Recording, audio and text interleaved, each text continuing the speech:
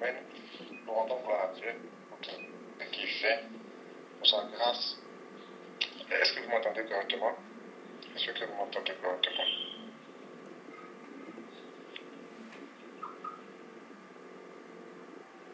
Ok. Gloire à Dieu. Nous rendons gloire à Dieu. Merci Seigneur. Nous disons merci au Seigneur pour tout ce qu'il a accompli, pour tout ce qu'il fait dans nos vies. Le Seigneur est merveilleux, le Seigneur est bon. Et j'aime comme notre frère ici le dit tous les jours, Dieu ne fait rien dans un... Et notre Seigneur n'est pas un Dieu de mystique. Il ne fait rien sans, avec faute. Nous, des fois, des scientifiques aussi qui font des erreurs dans leur calcul ou dans les prévisions qu'ils font, ils n'arrivent pas à s'en sortir. Il faut qu'ils prennent encore du temps pour pouvoir comprendre quelque chose. Mais votre Dieu n'est point surpris à ces choses-là. Tout ce qu'il fait, c'est merveilleux. Et il n'y a rien d'hasard. Et il n'y a rien de mystique. Vraiment, nous rendons à Dieu pour le soutien qu'il nous accorde de pouvoir traverser beaucoup de situations et qui nous donne la paix du cœur qu'il nous accorde. Merci pour son soutien dans la prière de chaque jour et merci pour lui qui nous soutient ici dans ce groupe. Vraiment, c'est merveilleux ce que l'Éternel fait. C'est tellement merveilleux. Et nous ne pourrons faire comme lui. Amen. Oui, nous bénissons le Seigneur pour les paroles, les paroles que nos frères nous ont données ici. Le Seigneur qui a parlé au travers de nos frères. Hier, nous avons parlé de la vraie repentance. Notre frère qui nous a exhortés. Excusez-moi, j'ai noté. Les frères qui nous ont exhortés sur Jésus-Christ, écouter la voix de Dieu, être rassasié Dieu, connaître Dieu. Alléluia, c'est merveilleux.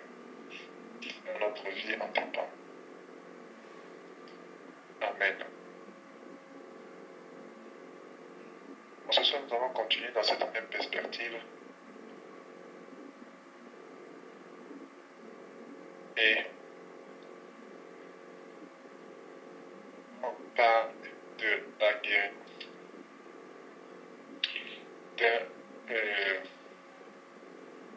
de malades. La guérison de malades que Jésus-Christ a guéri. C'est dans Jean 5, la guérison du malade à la piscine de Bethséda.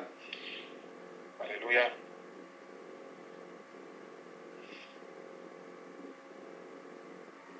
La guérison d'un malade. La guérison d'un malade à la piscine.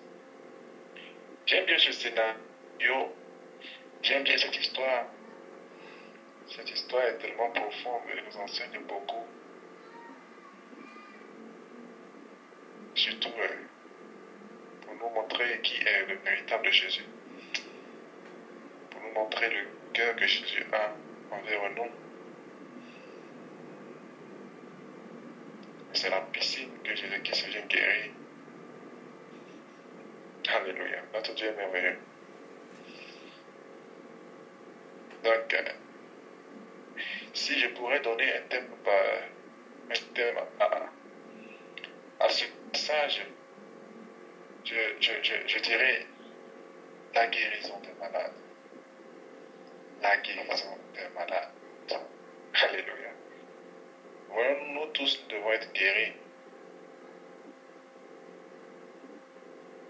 Une personne ne peut pas avoir une guérison tant que cette personne ne sait pas qu'elle est malade. Si la personne ne sait pas qu'elle est malade, elle ne peut jamais avoir la guérison. C'est lorsque nous sentons que nous sommes malades, que maintenant nous courons à chercher la guérison.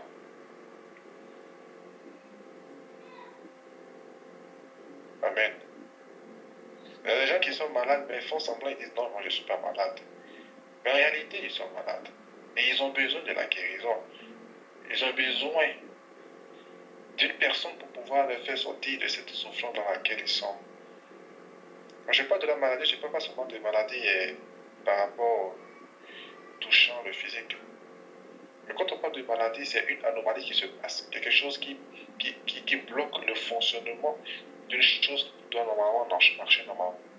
Donc il y a un dysfonctionnement. C'est ça la maladie.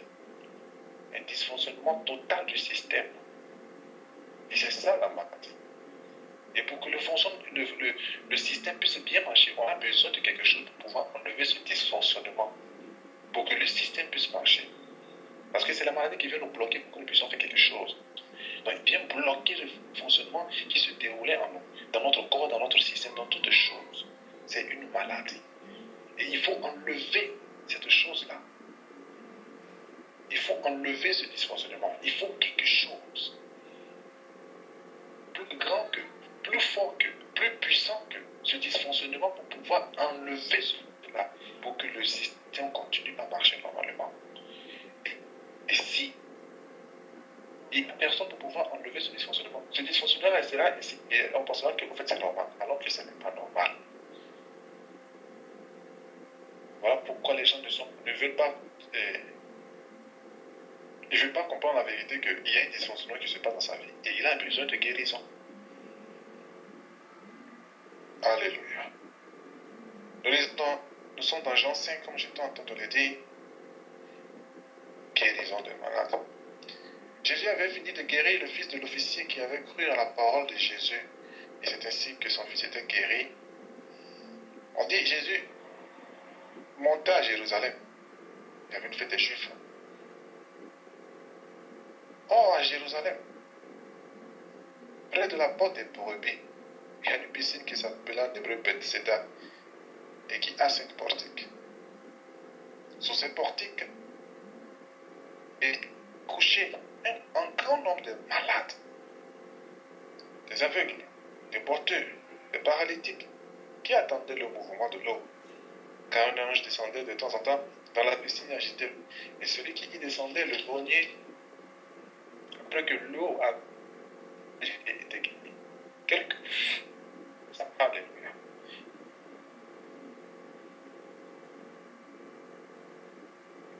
On commence à parler de Jésus.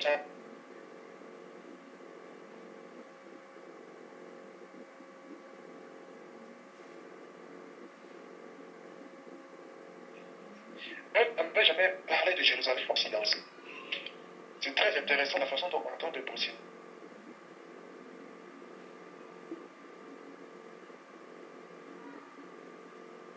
N'est-ce pas? Vous m'écoutez, n'est-ce pas? Ok. C'est bon. Donc nous continuons. J'étais en train de dire que, bon, notons déjà que Bethséda signifie maison de miséricorde. Maison de miséricorde. La maison de la miséricorde. Bethséda. Donc j'étais en train de dire qu'on est en train de décrire Jérusalem. On parle de la porte des brebis. Des près des brebis. On nous dit qu'il y a une piscine qui s'appelle en hébreu Bethséda. Bethséda veut dire la maison de miséricorde, comme je suis en train de dire. Et qui a 5 portiques. Non seulement on nous fait référence à la porte des brebis, on nous fait référence à une piscine qui a 5 portiques. Je me suis posé la question à savoir comment est-ce qu'une piscine peut avoir 5 portiques. Il y a la porte, il y a 5 portiques, il y a la piscine. Et par la grâce de Dieu, je suis venu à comprendre que la porte de la brebis, la porte des brebis, on nous a parlé de la porte, la véritable porte ici, la porte par laquelle les brebis passent. Jésus-Christ est la véritable porte. Et Jésus-Christ nous amène à la miséricorde. Jésus conduit à la miséricorde. Ce n'est pas miséricorde que nous sommes sauvés. Ce n'est pas miséricorde que nous sommes sauvés. Ce n'est pas miséricorde que nous sommes sauvés. C'est par la miséricorde de Dieu. Alléluia. Donc, la porte des brebis qui donne sur la piscine. Mais donc, Jésus-Christ, qu'est-ce qu'il fait dans notre vie? Alors, la miséricorde, c'est quoi? C'est une bonté qui amène pardon envers ton coupable. C'est la miséricorde. C'est une bonté, une personne qui est tellement remplie de bonté et qui amène cette personne au pardon envers une personne qui est coupable d'une faute. Alléluia. Donc, la porte de la brebis, cette quand cela nous amène à la repentance. La miséricorde de Dieu nous amène à la repentance. Et c'est dans la repentance, dans la miséricorde que nous trouvons la guérison. C'est dans la maison de la miséricorde que nous sommes restaurés.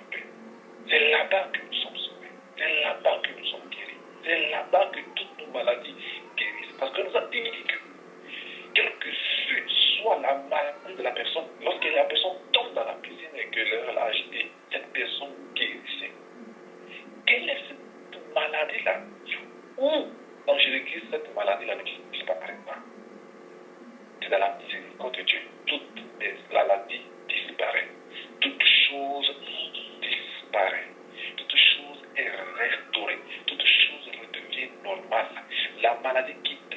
Le dysfonctionnement dont je suis en train de parler quitte totalement. Donc, c'est la porte des brebis. Nous sommes les brebis. Jérusalem, la porte des brebis, mène à la piscine, mène à la maison de miséricorde. La parole de Dieu déclare que Jésus a dit, je suis la porte. Celui qui entre par moi rentrera et trouvera du pâturage. En Jésus-Christ, on trouve tous du pâturage. Lorsqu'on passe par la porte, là c'est la porte parce que Jésus-Christ est la porte des brebis. Et lorsqu'on passe par la porte des brebis, ça nous amène à la miséricorde. Ça nous amène quoi dans la maison de miséricorde. Mais ce qui est plus intéressant encore, c'est que quoi? C'est que là-bas, il y a 5 portiques. Et les 5 portiques ne donnent que à la piscine, mais sous cette piscine. Alléluia. Les 5 portiques.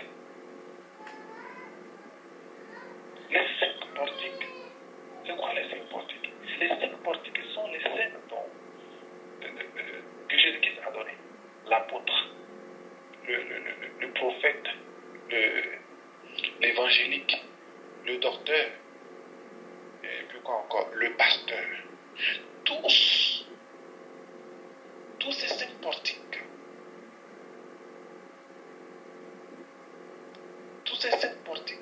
c'est par rapport à la piscine.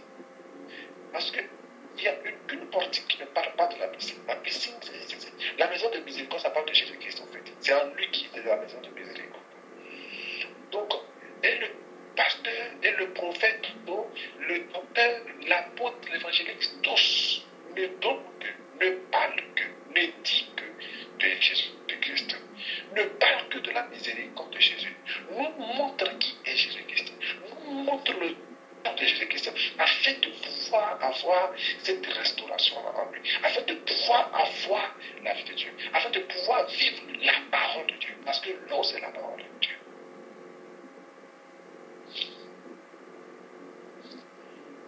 Donc, ces 5 portiques parlent de ces 5 dons-là. 5 dons-là que Jésus-Christ a donnés à l'Église. Les 5 ministères. Voilà.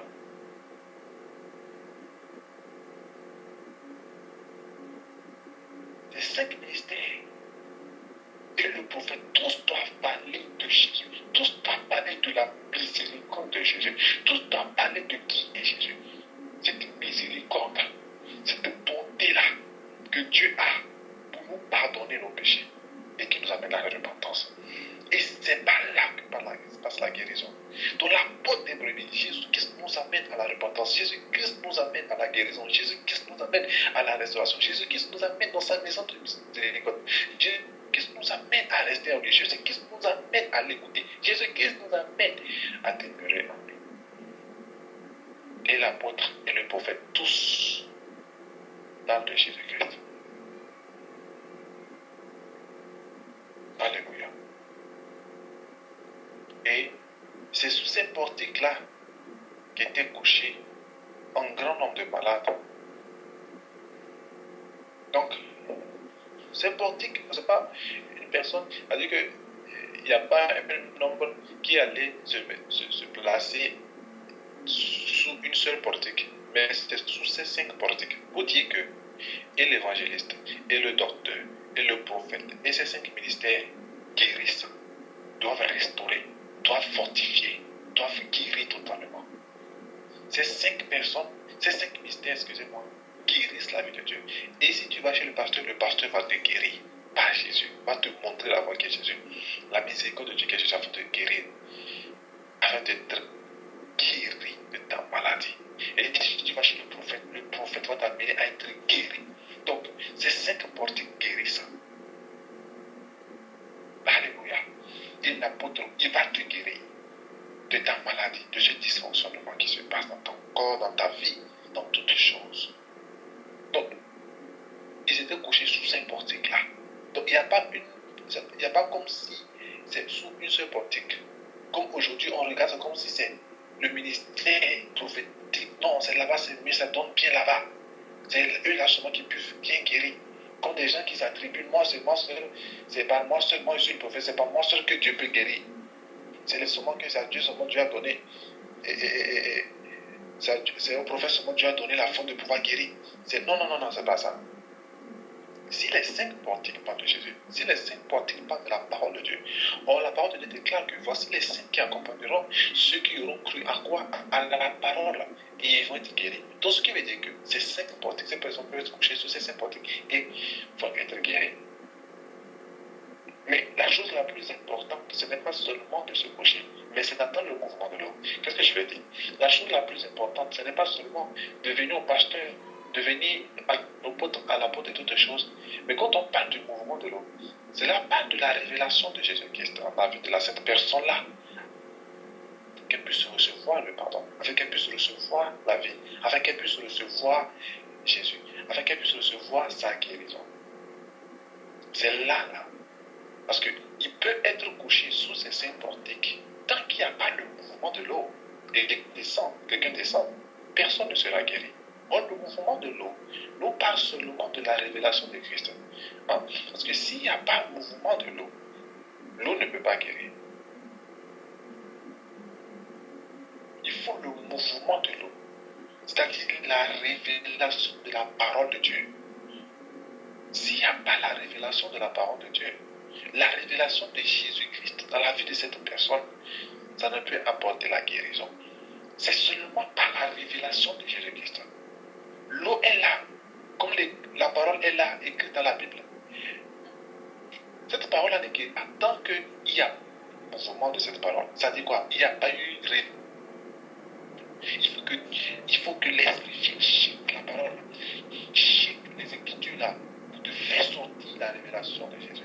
Et c'est par la révélation de Jésus-Christ.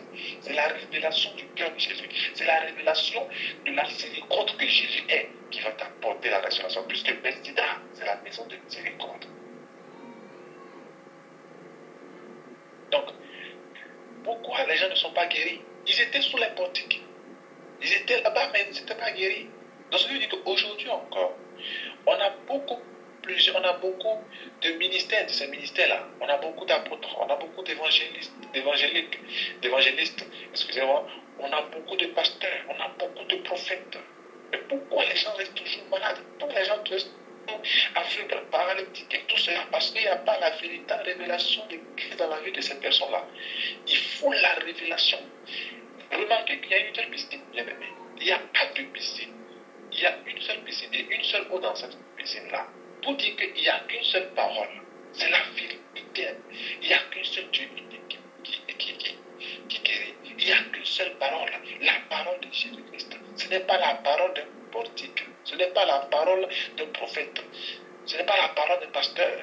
Mais cette portique-là soutenait la piscine. Ce n'est que la parole de Jésus-Christ. Et il faut le mouvement de cette eau-là. Il faut la révélation de Christ dans la vie de toute personne, dans la vie de ces personnes-là qui sont couchées. Malgré qu'ils étaient sous les portiques, au niveau de l'eau, si l'eau n'est pas agitée, il n'y a pas la guérison.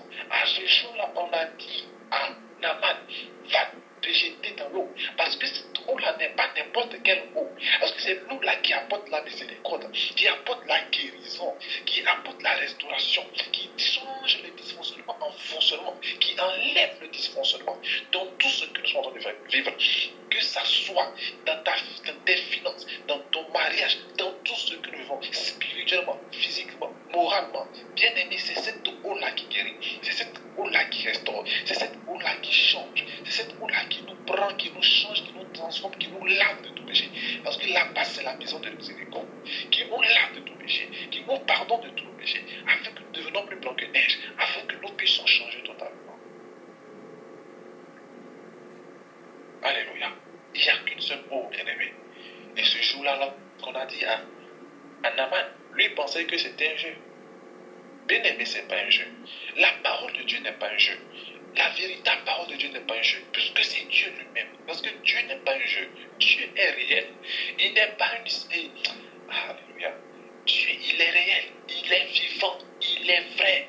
Naaman a pensé que c'était un jeu. On peut se lancer, on peut se laver dans toutes sortes de fleuves. Non, non, non, non, non. Bien-aimé, si tu vas te laver dans n'importe quel fleuve, tu n'auras pas la vie, tu n'auras pas la restauration, tu n'auras pas la miséricorde. Il a fallu qu'il se lave dans ce jour-là, dans cette eau-là. Parce que cette eau n'est pas n'importe quelle eau. C'est cette eau-là qui guérit, c'est cette eau-là qui restaure, c'est cette eau-là qui change. Alléluia. Et c'est ainsi que s'il n'y a pas la révélation de Christ, nous ne serons pas guéris. Nous n'aurons pas la miséricorde de Dieu. Car Dieu guérit par miséricorde. Alléluia. Alléluia. Donc voilà pourquoi aujourd'hui, nous avons beaucoup de personnes, nous avons beaucoup de prophètes. Et aujourd'hui, c'est devenu, je ne sais pas, beaucoup de gens se plaignent par rapport à cela, que ces églises de réveil sont devenues n'importe quoi. Mais pourquoi c'est devenu n'importe quoi? Est-ce qu'il y a la véritable parole? Est-ce qu'il y a la révélation de Christ? Les gens reçoivent-ils la révélation de Christ dans leur vie pour qu'ils puissent être changés? Pourquoi aujourd'hui je viens à la campagne d'évangélisation et enfin oui, je crois, j'ai cru. Je pars 3 jours encore, c'est moi encore, je reviens, je suis malade. Mais pourquoi toutes ces choses-là?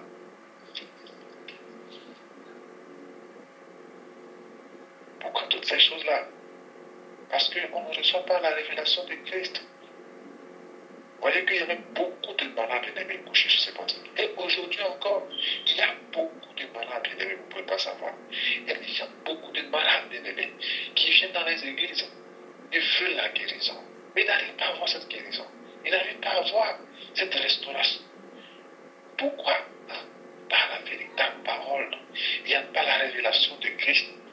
Il faut la révélation de Christ afin que ces personnes-là soient sauvées, afin que ces personnes-là soient guéries. Parce que la parole de Dieu déclare ici que lorsque l'eau est agitée et que personne ne rentre dedans, bien aimé, on dit, quelle que fût sa maladie, c'est quelle maladie même, sida ou cancer ou, aujourd'hui on parle de Zika, même si c'est Ebola, même si c'est stérilité, n'importe quelle maladie, bien aimé, il n'y a rien qui est impossible en Dieu. Il n'y a rien qui est impossible lorsque nous recevons la véritable révélation de Dieu dans nos vies. Cette guérison nette, cette restauration nette, quelle que fût sa maladie. Les maladies que les docteurs ne peuvent même pas, ils ne peuvent pas concevoir. Il leur faut des temps des temps de réflexion, étudier comment le virus se propage, avant de pouvoir venir avec un sérum, un médicament ou un vaccin. Mais ici on dit, quelle que fût ta maladie, alléluia, quelle que fût ta maladie, tu vas guérir. Ah, quelle que soit ta maladie, elle est interne, physico, spirituelle, tu vas guérir. Mais il suffit seulement de recevoir la révélation de Jésus. Et les 5 portiques sont appelés à montrer la révélation de Christ. Là se trouvait un homme malade depuis 38 ans. Waouh! 38 ans, bien-aimé. 38 ans. La maladie de ce monsieur même était plus que l'âge de Jésus-Christ. Waouh! 38 ans. malade depuis 38 ans. Bien aimé, c'est pas du jeu. Malade depuis 38 ans. 38 ans. Est-ce que nous pouvons imaginer qu'une personne soit malade pendant 38 ans, bien aimé? C'est pas facile. Donc, ainsi, il y a des gens qui sont malades comme ça. Et ils se couchent sous les portiques. Ils viennent, ils cherchent la guérison, mais ils ne trouvent pas la guérison et le pâte. Je prie qu'aucune maladie nous retient captifs pendant longtemps au nom puissant de Jésus. Qu'aucune maladie nous retient captifs pendant longtemps ici. Au nom puissant de Jésus. Qu'aucune maladie. Voyez-vous, cet homme est malade depuis 38 ans. Sa vie ne fonctionne pas depuis 38 ans. Il y a des gens qui ont connu un dysfonctionnement dans leur vie pendant très longtemps. Ils sont malades, ça ne va pas. Des choses qui ne marchent pas pendant les temps, pendant 15 ans, pendant 16 ans. Bien-aimé, ce n'est pas normal. Ce n'est pas normal. Il est là. On dit, il se trouvait, il est là-bas chaque jour. Pendant 38 ans, bien-aimé. Oh, Jésus-Christ, aie pitié de nous. Aie pitié de nous. Libère-nous de toutes sortes de maladies qui retiennent les gens captifs. Maintenant. Ça me fait mal. Mal. Oh là là. Jésus, l'ayant vu coucher et sachant qu'il était malade depuis longtemps. Oh. Donc, rien n'est caché à Jésus. Rien n'est caché à Jésus. Puisqu'on dit, l'ayant vu coucher, on dit bien, sachant qu'il était malade. Sachant qu'il était malade. Donc, Jésus qui savait depuis qu'il était malade. Donc, comme les gens pensent que, hey, Seigneur, tu ne me vois pas, je suis malade, tu ne sais pas ce qui m'arrive. Non, Dieu connaît tout. Dieu sait toutes choses. C'est en Jésus que Dieu a mis toute la plénitude de la guérison. Rien n'est caché à Jésus-Christ. Rien n'est caché à Jésus-Christ. Il sait toutes choses. Qui a dit à Jésus-Christ que cet homme est malade depuis longtemps? Qui lui a dit cela? On dit qu'il sait. Sachant qu'il était malade depuis longtemps.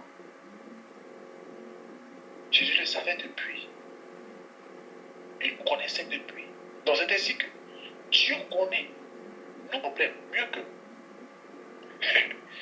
Dieu connaît. Et le pourquoi, le comment de notre maladie, de ce qui nous sont de passer, mieux que nous-mêmes des fois. Mieux que nous-mêmes, pas des fois même. Mieux que nous-mêmes. Il connaît la durée même. Il connaît toutes choses. Pour dire que si nous pensons que nous sommes en train de passer par une situation et que Dieu ne sait pas, détrompons-nous, mais il le sait, il le connaît, il le voit, il le sait toutes choses.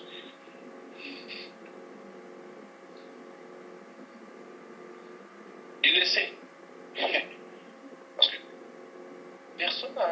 personne n'est allé voir Jésus me dit, tu vois cet homme couché ici, là, il est malade, ça fait 38 ans. Personne. Mais on nous dit bien, on nous stipule que Jésus le savait. Jésus le savait. Donc, bien aimé, nous qui pensons des fois, parce que peut-être que nous ne passons pas des moments difficiles, nous pensons que Dieu ne sait pas. Dieu sait. Dieu voit. Dieu comprend mieux que nous-mêmes. Ne faisons pas de Dieu comme il était aveugle, il ne voyait pas. Il voit très bien. Il connaît toutes les choses. Donc, nous n'allons pas durer l'éternité là sur ça. Donc, il lui dit, veux-tu être guéri? Jésus-Christ pose la question à tout homme. Alléluia. Oh. Pourquoi? Je vais poser. Jésus-Christ sait qu'il est malade.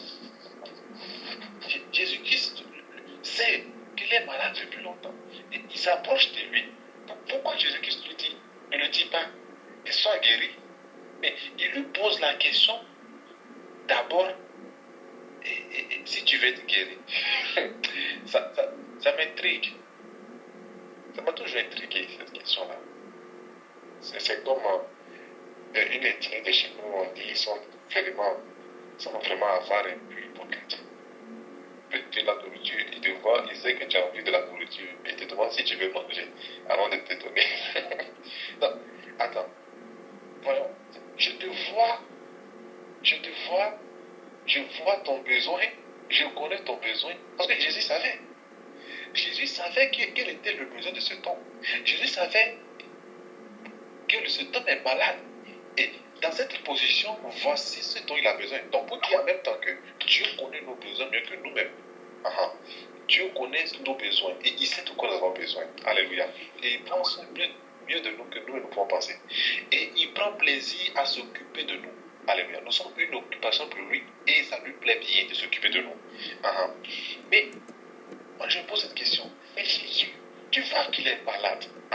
Tu vois qu'il est malade depuis 38 ans. Et tu viens lui poser encore la question. Tu veux être guéri? Parce qu'il y a des gens qui se plaignent dans leur maladie. Ils prennent ça normal. Comme j'étais en train de dire, il y a des gens qui ne sont pas conscients de leur maladie et puis ils laissent ça comme ça, comme si c'est normal et ils continuent leur vie. Ce n'est pas normal. La maladie n'est pas normale. Dieu ne nous a pas créés pour souffrir ainsi. Lorsque Dieu a créé quelque chose, on dit que Dieu a vu que tout était très bon. On n'a pas mis une chose là-bas de perfection, de maladie, de déformation, de paralysie. Non. On n'a pas mis ça là-bas. Parce que Dieu a fait toutes choses bonnes. Tout était très bon. Donc Dieu ne peut pas faire quelque chose de bon. Donc la maladie, donc, il demande, veux-tu être guéri? Jésus nous demande ce soir si nous voulons être guéris. Donc, Jésus connaît notre maladie. Et nous demandons ce soir, est-ce que nous voulons être guéris du plus profond de nos cœurs? Comment voulons-nous être guéris?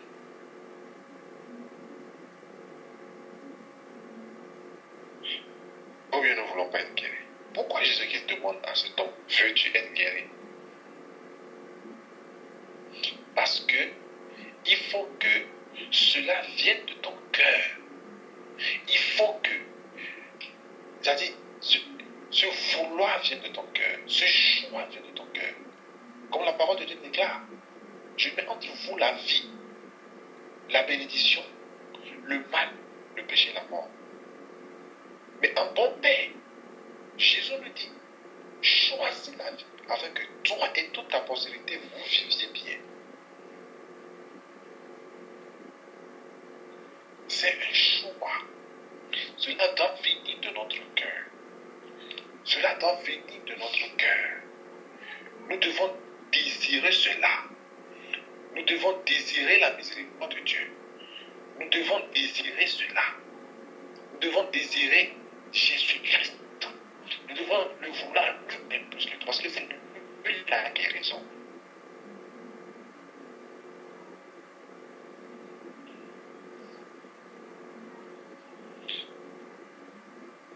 Voyons-nous, il y a des gens qui, je ne sais pas comment expliquer cela, mais je veux seulement la guérison, mais est-ce que je veux vraiment la vie de Christ, la miséricorde de Dieu? Mais je veux juste être guéri comme ça, je simplement un peu, maintenant je me bats à mes occupations.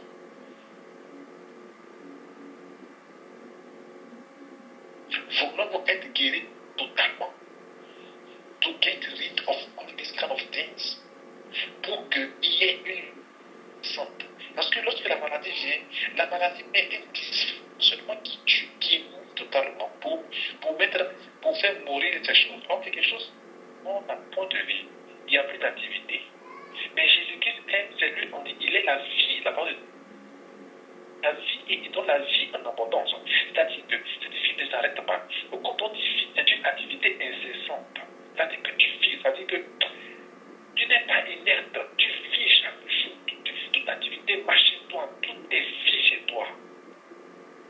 c'est ça la vie de miséricorde.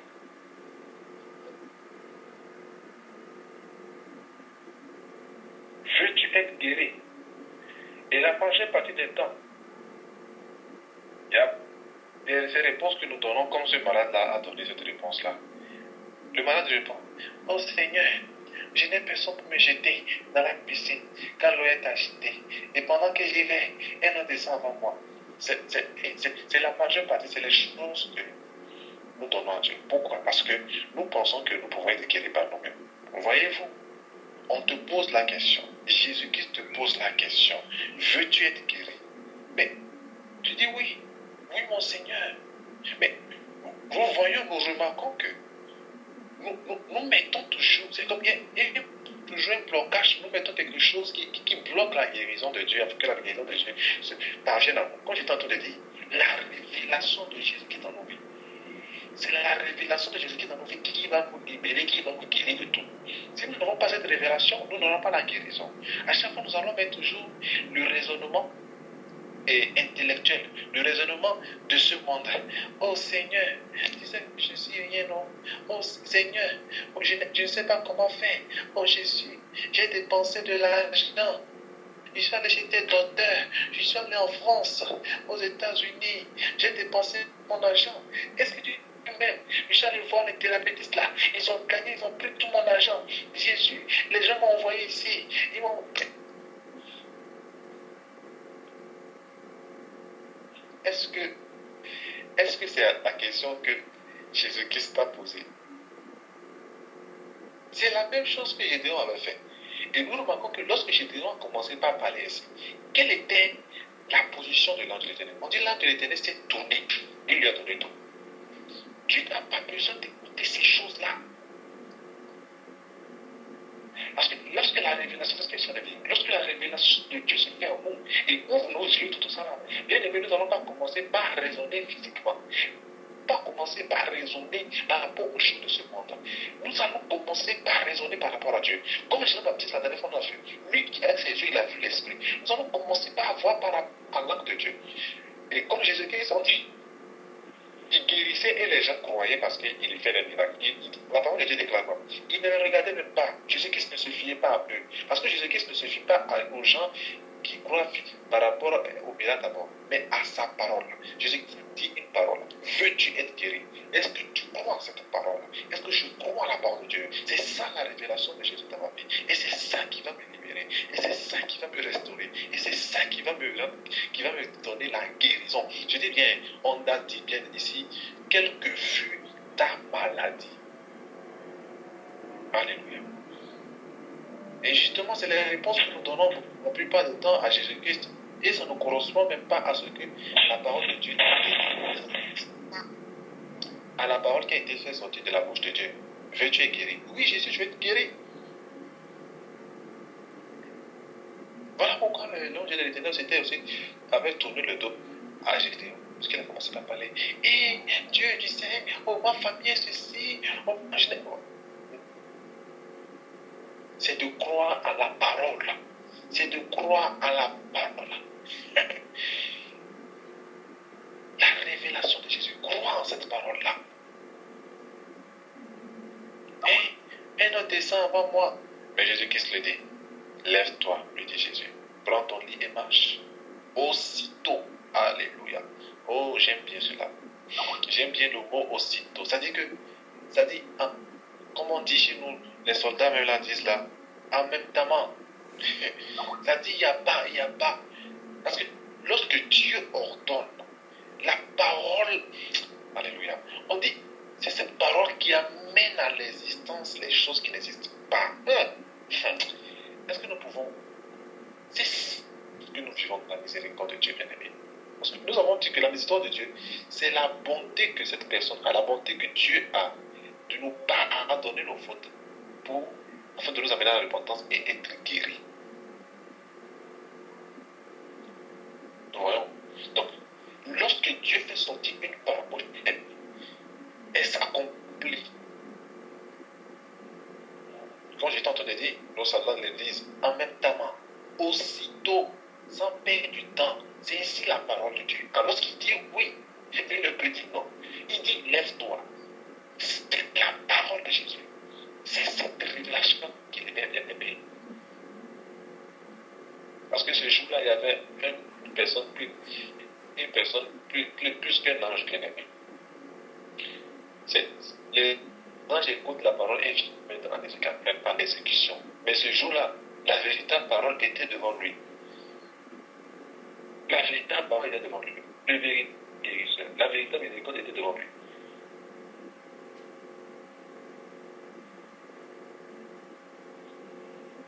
C'est ça.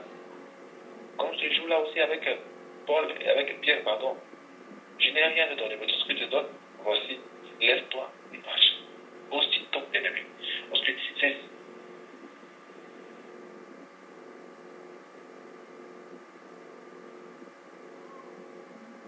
ça se fait en même temps. Ce temps fut guéri. Il prit son lit et marcha. C'était un jour de sabbat. Le juif dit donc, le juif dit encore, dit donc à celui qui avait été guéri, c'est le sabbat. Il ne t'est pas permis d'emporter ton lit. Donc, nous voyons combien de femmes bien aimées aujourd'hui, ça se passe encore dans l'église, où les gens se connaissent. Il n'y a pas la révélation de Christ. Quand je suis en train de dire, on ne donne pas, on ne montre pas qui est Christ. Ah, donc nous devons montrer qui est Christ. Nous amenons les gens à être collés à la religiosité. Et au nom de nous, les hommes de Dieu, les chrétiens, les serviteurs de Dieu, nous sommes plus acharnés, peut-être au nombre de personnes qui vont venir, nous sommes plus acharnés à laquelle on est plus que son.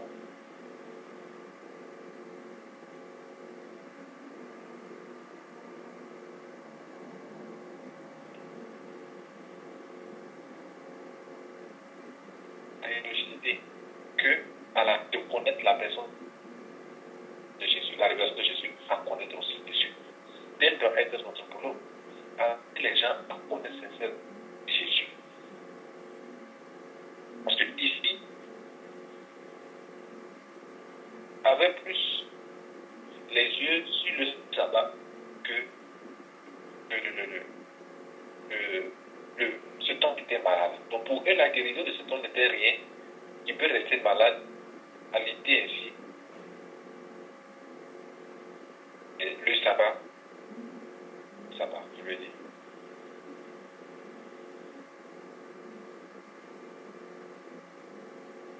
Dimanche, c'est le jour du sabbat, c'est le jour du sabbat.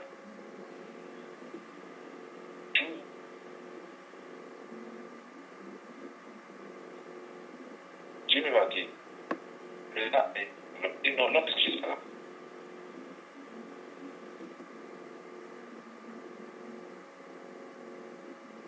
Comme si, avec besoin des serviteurs, voilà, pour vous accueillir. Dieu a plusieurs anges qui le servent. Dieu nous a de vivre sa nature, afin de vivre sa véritable vie divine. Et c'est ainsi que le sabbat a été fait afin que le sabbat vienne dans la vie de l'homme et aide l'homme à vivre cette vie-là. En réalité, le véritable sabbat, c'est Jésus-Christ. En nous, pour nous permettre de pouvoir vivre la vie de Dieu. Le véritable sabbat, c'est Jésus-Christ, qui est la véritable miséricorde. Alléluia. Et comme on a dit aujourd'hui, c'est la maison de la miséricorde. Le sabbat est notre véritable miséricorde. C'est par elle, la miséricorde, que nous avons la guérison. C'est par elle que nous avons la rédemption des péchés. C'est par elle que nous avons tout. C'est par Jésus-Christ. C'est lui le véritable sabbat. C'est lui avec la miséricorde. Donc c'est par lui que nous avons pour avoir la guérison. Donc, si le sabbat n'était pas, nous ne pourrons point recevoir ce que nous avons aujourd'hui. Donc, c'est par Jésus-Christ, car il y a un seul intermédiaire entre Dieu et nous les hommes, Jésus-Christ, homme. C'est lui seul. Et oui, qui fait pour nous les hommes, afin de pouvoir avoir Dieu et appeler Père.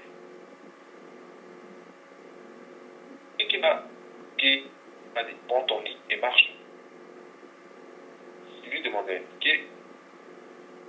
qui t'a dit, prends ton lit et marche. Celui qui avait été guéri ne savait pas qui c'était, car il avait dit. Il ne savait pas qui est, mais il a reçu la guérison par l'histoire bien-aimé.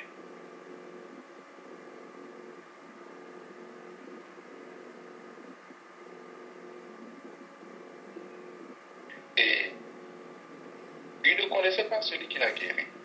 Comment la parole de Dieu dit, Isaïe, c'est qui? Mais Jésus le rend content de ne plus pécher, de ne plus faire du mal. Sinon,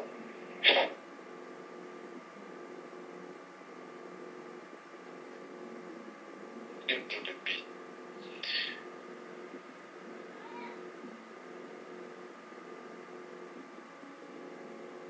Moi, nous sommes.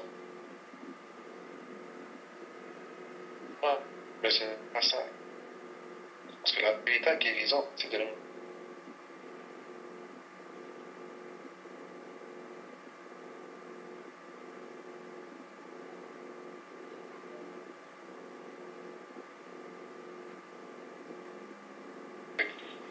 Jésus-Christ, toute cette personne, il dit que De ne plus pécher. Sinon, de peur qu'il t'arrive quelque chose de pire par bien-aimé. On dit quelque chose de pire. Donc, nous remarquons que Jésus-Christ, c'est vrai qu'il veut notre guérison et même physique, mais accorde plus d'importance à quelque chose plus que la guérison physique, le péché. Car c'est le péché, on s'en s'il dit quelque chose de pire, c'est le péché qui amène à la maladie. Ah, parce que la loi du péché nous conduit à la mort. Dans la loi de l'esprit de vie de Jésus-Christ, dans la loi de la miséricorde, dans la vie de Jésus-Christ, dans la loi de la miséricorde, il y a beaucoup de ces choses-là. Lorsque nous vivons une vie de repentance, comme hier, la parole de Dieu nous a été déclarée, la véritable repentance, nous sommes restaurés, nous sommes guéris, nous vivons une vie pleine, épanouie. Parce que c'est en Jésus-Christ que nous avons toutes choses. Voilà pourquoi Jésus-Christ dit, ne vous inquiétez de rien, mais d'abord cherchez le royaume des cieux. Ah, le royaume des cieux, sa justice, et vous aurez tout par-dessus toutes choses. Lorsque nous vivons dans le royaume des cieux, lorsque nous vivons en Jésus-Christ, nous n'aurons pas. C'est-à-dire, quelle maladie, bien-aimé, quelle sorte de maladie peut s'élever contre Dieu? Et si Jésus met un accent sur le péché, c'est que plus nous péchons, plus une chose de pire va nous arriver. Comme si le péché est la cause de beaucoup de choses, de beaucoup de maux. Ah, le péché est la cause de beaucoup de maux, de beaucoup de dysfonctionnements, bien-aimés, de beaucoup de maladies. Le péché est la cause de beaucoup de maladies. Le péché est la cause de beaucoup de dysfonctionnements. Ça peut ne pas être là, physiquement que tu es malade, mais spirituel. C'est bloqué. Il y a un grand dysfonctionnement. Dans ton boulot, dans tes affaires, toutes choses. Donc, si Jésus met l'accent, Jésus revient me voir, bien-aimé. Aujourd'hui, c'est ça que beaucoup de gens ne font pas. Parce qu'à chaque fois que Jésus-Christ guérissait une personne dit, va et ne pêche plus, tes péchés se sont pardonnés. Bon. Donc, nous devons comprendre que Jésus met l'accent beaucoup plus sur le péché et non même guérison physique. C'est pas qu'il ne veut pas voir une personne guérie. Loin de là, il veut voir la personne guérie. Et il guérit par miséricorde, nous avons dit aujourd'hui. Par miséricorde, par compassion. Alléluia. Mais la chose la plus importante pour vivre cette guérison, pour vivre cette miséricorde, c'est de nous éloigner du péché. C'est de nous éloigner du péché. C'est d'être loin du péché. C'est de ne pas commettre le péché. C'est de ne plus être sous la loi du péché. Car la loi du péché à la mort. Quand la loi du péché nous conduit à la mort. Quand la loi du péché nous conduit aux choses pires. Jésus-Christ même dit pire, bien-aimé. Pire. Donc c'est tellement, ça serait tellement grave. Et la maladie, peut-être que tu avais multiplié par je ne sais pas combien. C'est Jésus-Christ qui le dit, bien-aimé. Donc nous devons faire très attention par rapport à cela. Donc, insister beaucoup plus sur le péché. Tu as été guéri. Frère, ne pêche plus. Vis une vie de miséricorde, une vie de repentance chaque jour, afin que les choses pires ne t'arrivent point. Sinon, les choses pires nous arriveront. Et nous allons dire, d'où est cette cause? Sinon, c'est la cause. Jésus-Christ nous a prévenu. Donc, pour ne pas pécher, il nous faut de rester dans cette maison de miséricorde. De plus sortir. Rester dans cette maison de miséricorde pour la vivre pleinement, pour vivre pleinement la guérison, pour vivre pleinement la restauration, pour vivre pleinement tout. Alléluia. C'est ainsi que nous allons vivre la vie. La véritable guérison. La véritable guérison. Et nous ne tomberons plus malades. C'est ainsi la guérison des malades. Puisque lorsqu'on est guéri, on ne peut plus jamais espérer de tomber malade, bien-aimé. Ou bien, lorsqu'on est guéri, c'est fini. Même, voyons-vous, même physiquement parlant, nous-mêmes, lorsqu'on est guéri, on fait tout maintenant, toutes les précautions, mais pour ne plus tomber de cette maladie, parce que nous savons ce que la maladie fait à notre corps. Et c'est la même chose avec Jésus-Christ, ce qu'il nous dit. Éloignons de le péché, afin que les choses pires ne nous arrivent, bien-aimés. Alléluia. Et pour vivre cette guérison, la guérison des malades, comme en ce soir Dieu nous parle, c'est de vivre dans la révélation de Christ, dans la miséricorde de Dieu, dans l'importance de Dieu chaque jour. C'est portique qui nous amène à la révélation de Jésus-Christ. Et c'est ainsi que nous allons vivre pleinement la guérison de ce malade-là que nous étions. Nous allons vivre cette guérison dans tous les jours de nos vies, jusqu'à la vie éternelle. Donc que Dieu nous cette grâce-là de vivre ainsi. Amen.